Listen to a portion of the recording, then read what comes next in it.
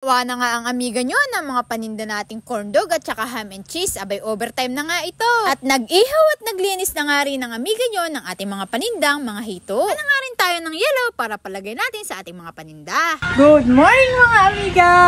Lutuan time na naman. Meron nga tayo ditong ham and cheese, buko pie, and then lumpia. So ayan, magluluto nga muna tayo. Bagong araw at panibagong pagtitinda na naman ito mga amiga. Kaya't samahan nyo ako sa A Day in My Life bilang tindera. Ang amiga nyo, talaga namang napakaaga nga ding nagising ng amiga nyo. Kahit maaga na nga rin akong nakatulog. Ano pang hinihintay natin? Simulan na natin ang ating mga trabaho ngayong araw na ito.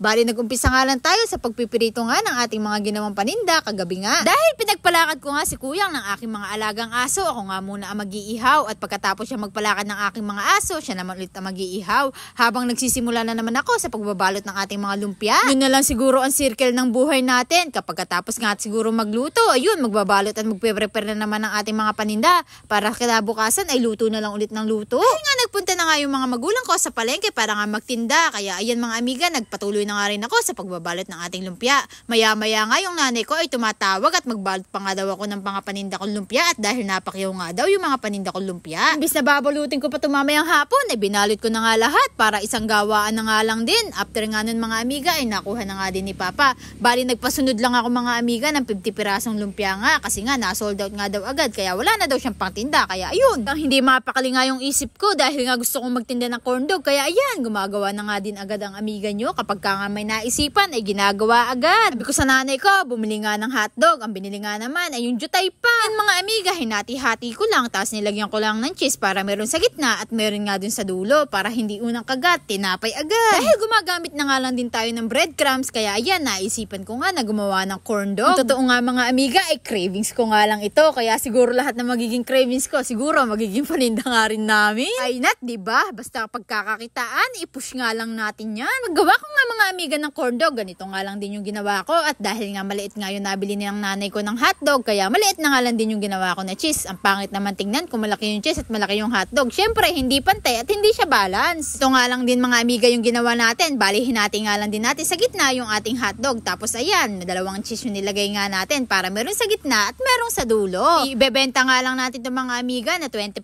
pesos. Abay, hindi ka nalugi. Busog ka na dito. Nun pa nga ding sauce yan. At kung mauuhaw ka nga, may tinda na nga rin tayong buko. Kaya ano pang hinihintay mo? Halika na at hihintayin na kita. Madiwara nga din pala sa paggawa nga ng corn dog dahil kailangan pa natin ng butter. Yung butter nga na sinasabi ko, mixture nga yun ng harina. Hindi yung butter na nilalagay sa garlic shrimp pa. Gusto ko nga din itong maituhog. Ito naman ako, nagsimula naman nga ako mga amiga na mag-asin nga na naman ng hito. Nakita ko nga si Cras. Ayan, nagpakitang gilas nga ako pero muntik pa nga akong mahulog. Ayan, tapos hindi naman pala niya ako kayan sa puhin. Tinapunan ko na lang ng suweg. Walang ganon. So ayan, ginamit ako na nga din ng sandok para nga hindi ako matibo pero hindi nga gumana. Kaya ayan, kamain na nga lang natin at akmain na naman natin. Iwas-iwas nga din ako muna ngayon mga amiga matibo dahil nga humahawak nga tayo ng pagkain. Sakaling matitibo nga tayo mga amiga, panigurado, nakagloves nga tayo. Dahil hapon na nga mga amiga, dahil wala na nga daw kaming inihaw na hito. Itong si Kuyang sabi na maglinis na nga raw ako, kaya ayan, naglilinis na nga ulit ako. Inamili nga lang muna tayo ng 20 peraso, tapos nilagyan nga muna natin ng asin para nga mawala yung lansa niya. Habang inaalis ko nga yung lansa sa pamamagitan ng asin, ito nga ang amiga nyo, gumawa na naman ng yelo. Dahil malakas na nga din tayong gumamit ng yelo, every other day nga mga amiga, gumagawa ako kasi nga nilalagay nga natin sa mga hito, tapos nga sa mga paninda natin buko juice para lumamig. 45 in the evening na yan. Okay na, tapos na ang ating yelo. 1, 2, 3, 4, 5. 40 pieces yung ginawa natin. At ang susunod naman natin ay maglilinis nga tayo ng hito. Kaya tara, samahan nyo ako! Dahil tapos na nga rin tayong gumawa ng ating mga yelo, sinimulan naman natin mga amiga na linisin nga itong inasinan nating hito. O diba, ngayon pa nga lang din natin malilinis. Panigurado nga rin ng amiga nyo na wala na nga itong lansa kasi halos 2 oras na nga rin siya nababad at ngayon pa lang natin siya lilinisin. O ayan, akala nyo ba tapos na yan? Pagkatapos na to ay hindi pa. Syempre, gagawa pa nga tayo ng ating mga paninda. Habang naglilinis nga muna ang amiga nyo ng ating mga panindang hito ay mag-shoutout nga muna tayo. Thank you and shoutout nga po pala kay Sherwilyn from San Juan, Malolos, Bulacan. Thank you and shoutout din po kay Sir Alex Cruz from Pateros. Also, thank you and shoutout din po kay Ma'am Marla Sagaysay Villa from Nueva Ecija. Thank you and shoutout din po kay Disnela Torbeles from Las Piñas City. Thank you and shoutout din po kay Sir Enzo Bonita Jr. from Quezon Province. Thank you and shoutout din po kay Sir Jeffrey Arcangel from Burcon, Llanera, Nueva Ecija. Gusto magpa-shoutout pa nga mga amiga, pakicomment lang po sa ating comment section para sa mga susunod na video natin ay maisa-shoutout po kayo. Maraming salamat.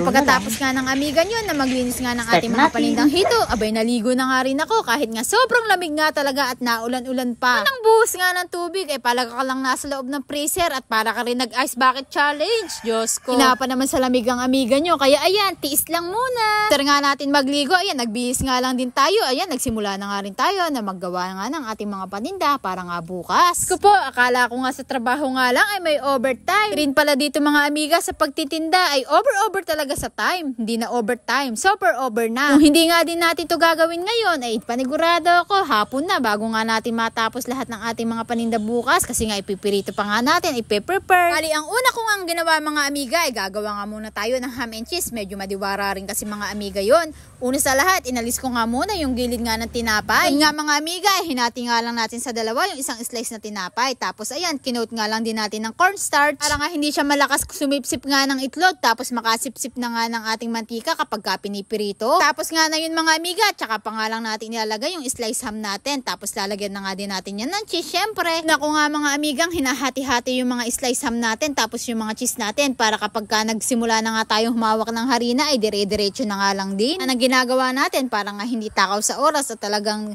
dire-diretso nga yung trabaho dahil gabi na nga rin. Oras nga na yun mga amiga ay 10 PM in the evening na nga talaga. Pero siguro kailangan natin itong matapos kasi nga maaga nga tayong gigising para nga magpirito. Naman ang ginagawa ko nga dyan ay triple time na nga talaga. Medyo sumasakit na nga din mga amiga yung likod ko. So yan mga amiga, kapag ka nga naihiga ko na nga to at nalagyan na nga din ng moringa yung aking likod ay panigurado may energy na naman nga tayo bukas. O yan na, i-prepare na nga rin natin itong mga amiga. Tapos nga yung butter na ligyan natin, bali pinaghalo ko nga lang yung gatas tapos yung itlog para nga hindi masyado malakas sa itlog. At tapos yan, ihuhulog nga lang natin dun sa ginawa nating butter. Tapos i-coat na nga din natin ng breadcrumbs. Ganun lang ang ating procedure at paulit-ulit nga lang yan. Namihan ko na nga mga amiga yung gawa natin ng butter at yun na nga din ang gagawin natin sa ating corn dog. Lalagyan nga lang din natin siya ng baking powder. So ayun, hanggang dito na lang ang ating video. Salamat sa panonood. Until my next video. Bye!